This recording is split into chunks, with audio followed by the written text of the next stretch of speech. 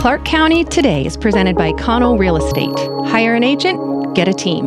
Learn more by visiting connellrealestate.com. Hey, Clark County, Chris Brown here. Happy Wednesday to all of you. We're going to start you off with a quick bit of COVID-19 news. Cases are up 13 today, bringing the total to 732 confirmed cases with 29 fatalities.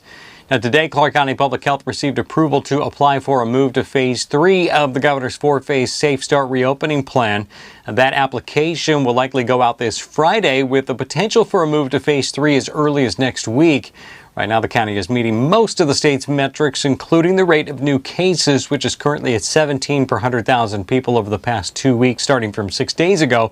The cap is 25 per 100,000 people. Positive testing rates still low, below 2%, with 34% of hospital beds available as of today. Now, the county is continuing to ramp up case investigations and contact tracing to meet the state's requirements, so we'll see. As you might expect, reaction has been spirited since Governor Jay Inslee announced on Tuesday that face coverings would be required statewide as of this Friday. Lewis County Sheriff Rob Snazzo was critical of the order, telling a gathering in Centralia, "Don't be a sheep."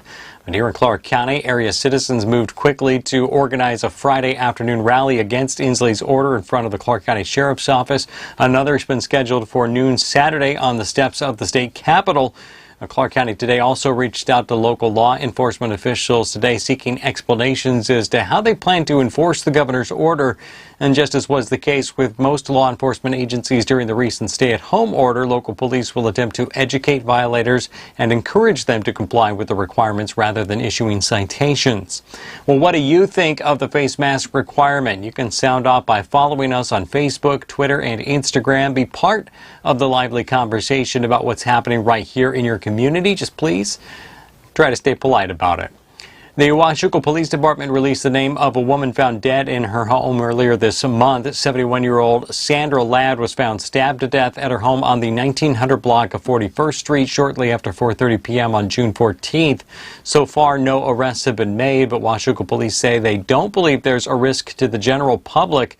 The Washougal Police Department and the Clark County Major Crimes Unit are actively investigating. Anyone with information about Ladd's death is asked to contact Washougal Police or call the non-emergency line at 311. The Battleground School District is the latest to release details of a community survey into what the upcoming school year should look like. With COVID-19 expected to still be an issue, districts are working to determine whether students can come back to a physical building, continue distance learning, or a combination of those. Out of more than 4,000 responses the district received, just over 70% said they would send their students back to a building, but nearly 6% said they would keep their children home. And almost a quarter of respondents remain undecided. The district has seen kindergarten enrollment drop by nearly half compared to this time last year as parents debate what to do about the state's guidelines, which include social distancing, masks, and increased sanitization. Right now, Battleground School District is leaning towards a mixed model with students coming to a building for 5 hours a day, up to 2 days a week, and working remotely the rest of the time. They hope to have a finalized detailed plan sometime in July. Well, don't look now, but it's election season. Can you believe it? The League of Women Voters of Clark County is going to host a series of candidate forums for 4 primary races in early July. This year's social distancing requirements will force the forums to be conducted via video conferencing. They'll also be live streamed on the League of Women Voters Facebook page, as well as broadcast live over Clark Vancouver Television.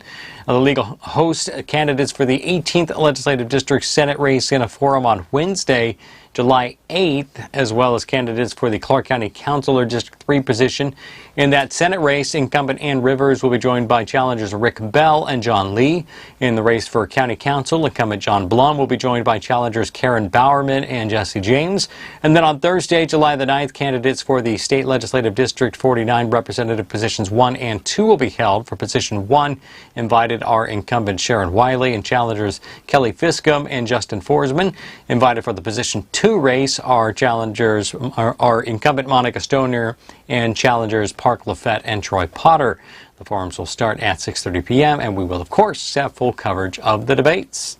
Well, good news is coming for bikers and pedestrians in East Vancouver. The Tech Center Drive Safety Improvement Project between Southeast 172nd Avenue and Tech Center Place, 167th Avenue, will increase access for people biking and walking in a major employment center and fill a gap in the city's bike network. Now, the city developed this project in response to requests from employers and community members asking for better multimodal options for employees and others who travel in the area. Now, this project will add protected bike lanes, bicycle shared lane markings, and create a protected intersection at Southeast Tech Center Drive and Tech Center Place. Construction will start later this summer and be completed in late fall, weather permitting. The improvement project is entirely funded through the Washington State Transportation Improvement Board Complete Streets program. And now on to Paul Valencia, who actually has a legit sports report about some exciting news for two athletes from Camas. Take it away, Paul. Happy Wednesday to you all. Hey, I got a great story about Tyler Forner of Camas High School. Just graduated from Camas, signed with the San Francisco Giants last week. Yep, he's a baseball star. But an even better story is how he went about sending out his message that he signed with the Giants. He wanted to thank the Lord. In the 8th grade, he went to a service, a church service, and it changed his life. And since then, he's all about saying that God comes first. Before Tyler Forner, before Camas football, before Camas baseball, before anything, God comes first. And he is celebrating God as he celebrates his professional milestone of signing a professional baseball contract. Also in sports, and also from Camas, a shout out to Ty Tumanuval. I really hope I pronounced that correctly. His Twitter account is Too Many Vowels, which is hilarious in my opinion. Anyway, Ty was named to the National Football Foundation's Team of Distinction. Only 82 across the country get put on this team out of 3,500 nominees. It's for football ability, community service, and grades. Ty was Clark County's top scholarship award winner back in January at the National Football Foundation's banquet. He was nominated for the national thing and was put on the Team of Distinction. Congratulations, Ty. All right, thanks so much for that update, Paul. And there is your Wednesday, not Thursday, Wednesday check of the headlines from ClarkCountyToday.com. Be sure to follow us on Facebook, Twitter, and Instagram. And share us with your friends and family, all right? You can also send us story ideas and feedback via email if that's more your speed. News@ClarkCountyToday.com is the address. For all of us, I'm Chris Brown. Thanks so much for watching. We'll talk to you again tomorrow.